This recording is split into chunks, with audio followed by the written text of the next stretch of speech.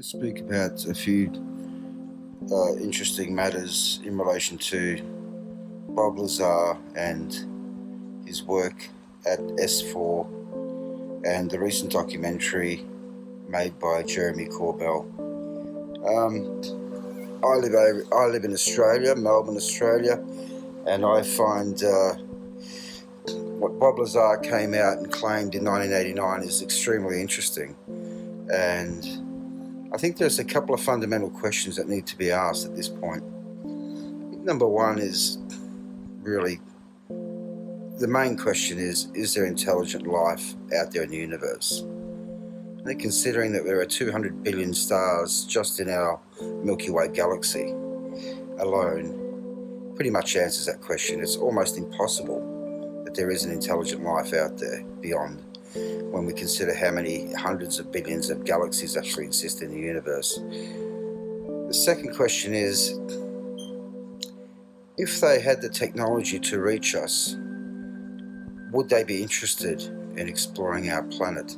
And I think the answer, if you kind of look at that question in retrograde and think of it in these terms, would we be interested, if we had the technology, in visiting another intelligent civilization out there in the universe? Undoubtedly the answer to that question is yes, we would. Therefore, that leads me to conclude to some degree that there is something here, there is something to it. And if you think about Bob Lazar's claims about his back engineering of alien crafts, and the fact that element 115 is able to create a false gravity, and therefore if you can manipulate gravity, you can manipulate space and time and travel through parts of the universe very, very quickly, then it really is almost a no-brainer. I think what Jeremy Corbell has given us in the documentary about Bob Lazar is, first of all, what he's doing is really fundamentally, he's offering up this information to a new generation of people, new generations of kids and adults who are interested in the UFO phenomena. I was born in 1964, so I go back well before 1989 when Bob Lazar came out and spoke about Area 51 and S4. So basically, I don't want to waffle on about it, but I will say this, that I have photographed the moon and in fact did capture on film, as in a still photograph, some kind of a V-shaped object which was close to the surface of the moon and seemed to be in some kind of orbit around the moon.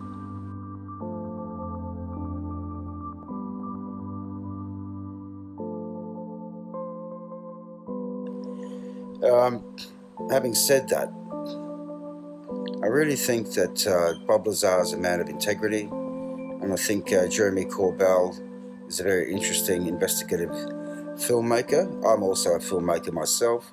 I don't make documentaries, I work with fiction.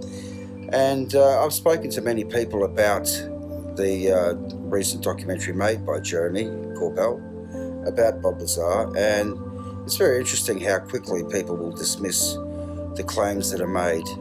And as Jeremy Corbell quite accurately points out, Bob Lazar has not profited from his coming out and claiming what he has claimed, that he did work at S4, that he did back engineer an alien craft and was working on propulsion. So I really think that this whole topic, this whole area of investigation does require people to keep an open mind and not think of it in terms of science fiction, but in fact science, and to have the information that Bob Lazar has courageously come out with is quite fascinating, really. And I think Jeremy Corbell has done a great job in trying to encapsulate both the claims of Bob Lazar and also a bit of an expose on Bob Lazar himself as a person.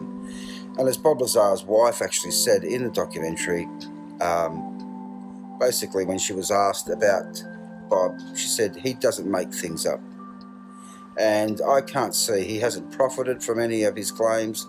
In fact, his life has become much more difficult since coming out in 1989 and beyond.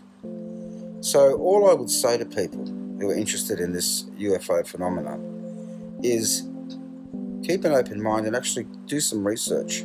There are people like John Lear out there and George Knapp and others who have really looked into this phenomena quite seriously with an open mind, looking at the science of it, looking at the characters themselves that are involved in the claims that are made.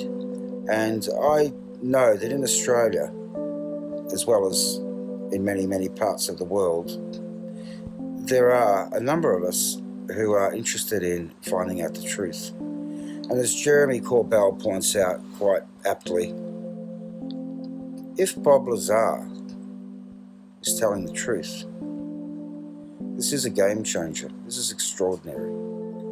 If he has been working on back engineering alien spacecrafts, then this is a type of technology. And there's two parts to it, really. Number one is, can we understand the technology? And B, can we replicate the technology?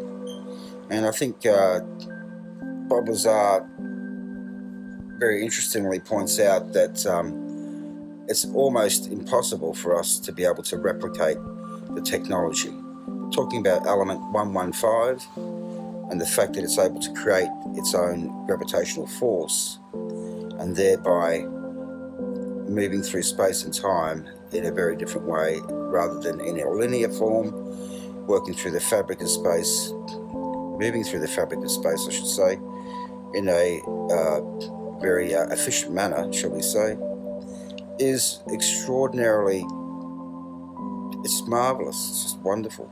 And I'd just like to say from my own perspective and from many, many people around the world, to Jeremy Corbell and to Bob Lazar, that thank you for having the courage and the intelligence to look seriously into an issue which, as far as I'm concerned, there is no doubt it has been covered up. If you watch Secure Team, which is a channel on YouTube, you can really look deeply into this whole phenomena. And as you explore it further, with an open mind, I mean, as Jeremy Corbell points out in his documentary, in his recent documentary, you know, we all want to believe it. Of course we do.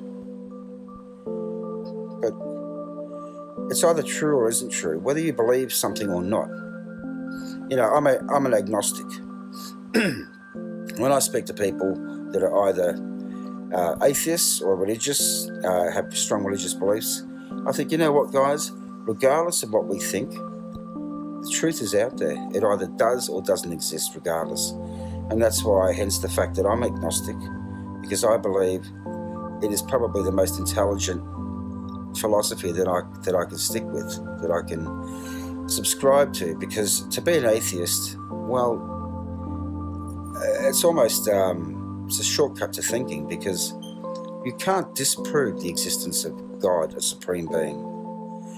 Almost in the same way that a religious person can't prove the existence of God. So therefore, being an agnostic, I say, well, I can't prove or disprove it. But I will say this, regardless of whether or not I believe in UFOs, alien spaceships, intelligent life forms, God, whatever, it either does or doesn't exist, regardless of what I believe. So I would like to get closer to that truth, and I think spending a lifetime exploring and investigating these important issues, these important topics, is well worth the trouble. So I'll sign off here, and I'll salute Bob Lazar and Jeremy Corbell for doing a wonderful job in putting together a documentary which is both thought-provoking and very inspiring for people like me who are interested in discovering the truth.